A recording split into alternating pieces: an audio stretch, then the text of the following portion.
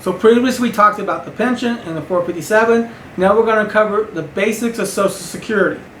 The reason we do this is because most employers offer both the pension system, 457, and Social Security. There are some agencies that don't do Social Security, like some paid firefighters and police officers in the state. But most of you do, so we want to cover it. Because most of you will need income from all three sources to have a successful retirement. So we're going to just cover some of the basics of Social Security. WRS educators are National Social Security advisors, but we cannot look up your Social Security account. We can just help you understand how the program works. So how do you earn Social Security benefits? You need to earn credits. Okay, to qualify for a full Social Security benefit, you have to have at least 40 credits, or at least 10 years of work where you paid into Social Security. Now, to qualify for a credit, you have to make at least $1,470 to earn one credit. So that would be if you earned $5,880 for 2021, you earn 4 credits. But you don't get the credits until the end of the year. So it's not based on how long you work, it's based on how much money you make. So if I made $6,000 in January, I qualified for all 4 credits, but I wouldn't get them until each quarter is completed. And again, you have to have 40 credits to qualify for a full benefit. But Social Security uses your highest 35 years of salary to calculate the benefit. Now, Social Security uses a term called full retirement age. But one thing you need to understand about Social Security, you don't have to retire to draw Social Security. All you have to do is reach a certain age. Anybody who is qualified for Social Security that has enough credits can start drawing a benefit as early as age 62. Or you can wait till your full retirement age.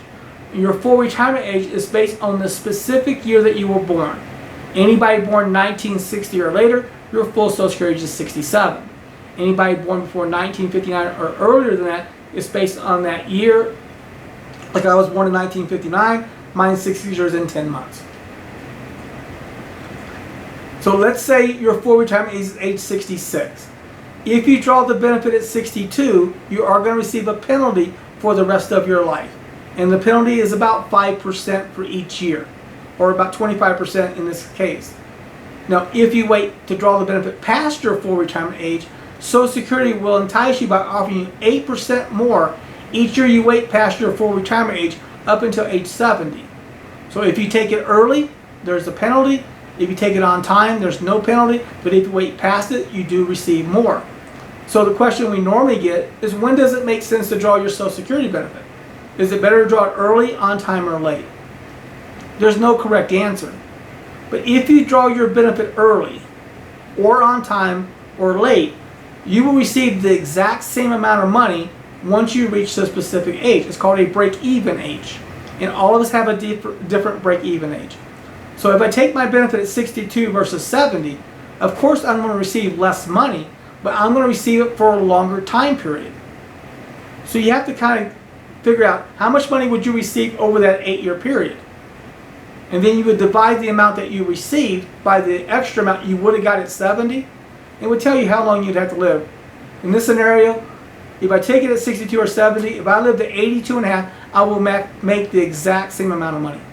If I lived longer than 82 and a half, I would have made more if I would have waited. But if I died before 82 and a half, I would have lost money by waiting. So it just depends.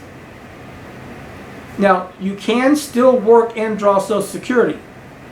Now, if you're going to draw Social Security before your full retirement age, you can only make $18,960 from a job. Your pension does not count against it. It has to be from W-2 or 1099 miscellaneous wages. So let's say I start drawing my benefit at 62, I'm allowed to make $18,960 that year. If I make more than that, Social Security will start taking some of my benefit away. They'll take away $1 for every $2 I make above the limit. Now, it's not really a penalty. They take it away, but they put it back in my Social Security account. And then when I get to my full retirement age, they start paying back to me. The year I reach my full retirement age, I can make up to $50,520 before they reduce my benefit. But the month I get to my full retirement age, I now can make as much money as I want from a job, and it does not affect my Social Security benefit. So your benefit's only affected if you draw it before your full retirement age, and it's based on the amount of income you earn before they start withholding money. Now, one thing you need to understand when you apply for Social Security, they're going to ask, are you going to receive money from a pension plan?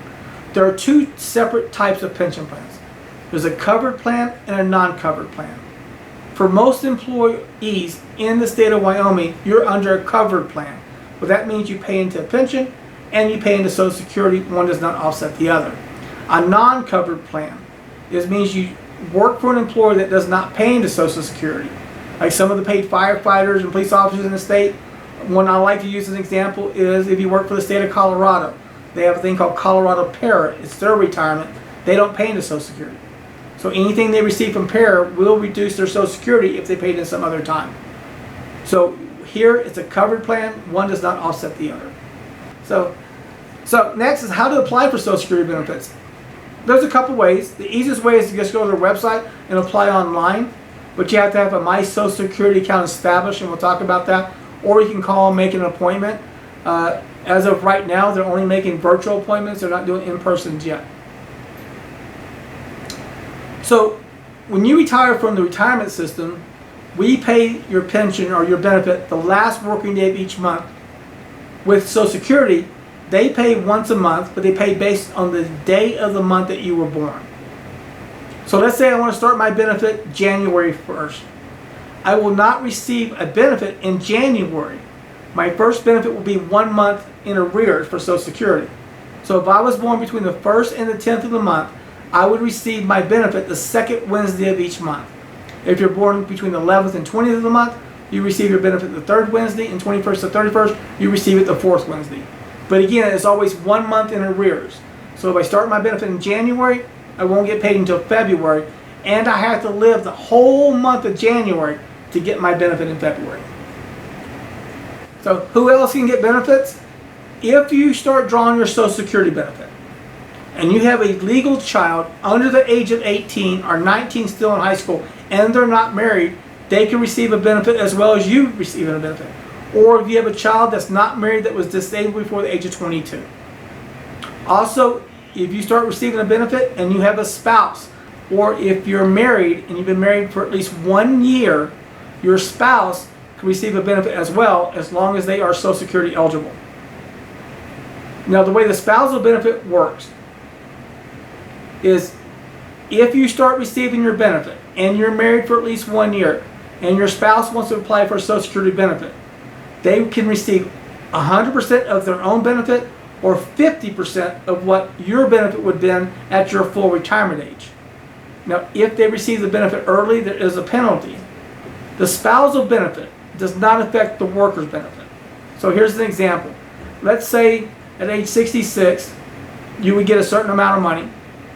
But if your spouse receives the benefit early, there is a penalty for each year they draw it before your full retirement age.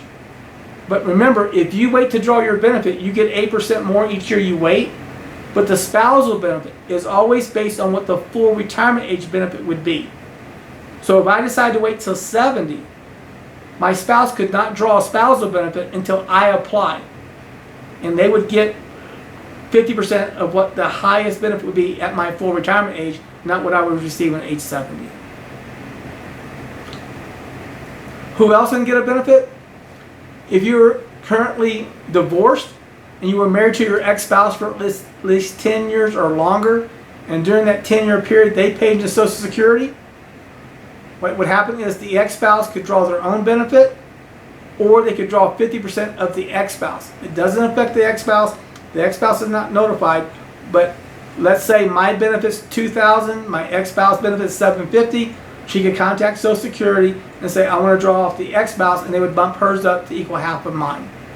Again, I had one lady say, hey George, I've been divorced 4 times. Can I pick and choose which one I draw from? The correct answer is she was married to each of them for 10 years. The answer is yes. So it's 100% of their own or half of the ex-spouse as long as they qualify. Now what happens if I die?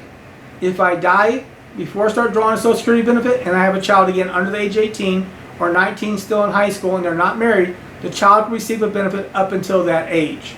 Or if I have a child that's not married that was disabled before the age of 22.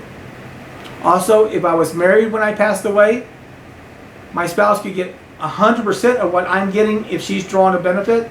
And a spousal or a widow's benefit can start receiving a benefit at age 60. They don't have to wait till 62.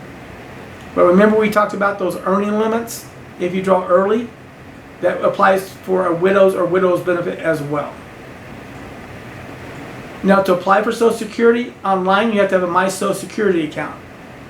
To qualify for a My Social Security account, you have to have three things. You have to have a valid email address, a Social Security number, and a U.S. mailing address. So what's next? Contact the WRS educator if you have any questions, and our number is 777-7691. Or you can log into retirement.wy.gov, and you will see a little green button that says Login. Click on Login, and a panel will come up that has your pension and the 457.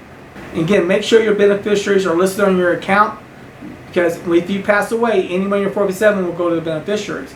If you don't have beneficiaries listed, it has to go through probate.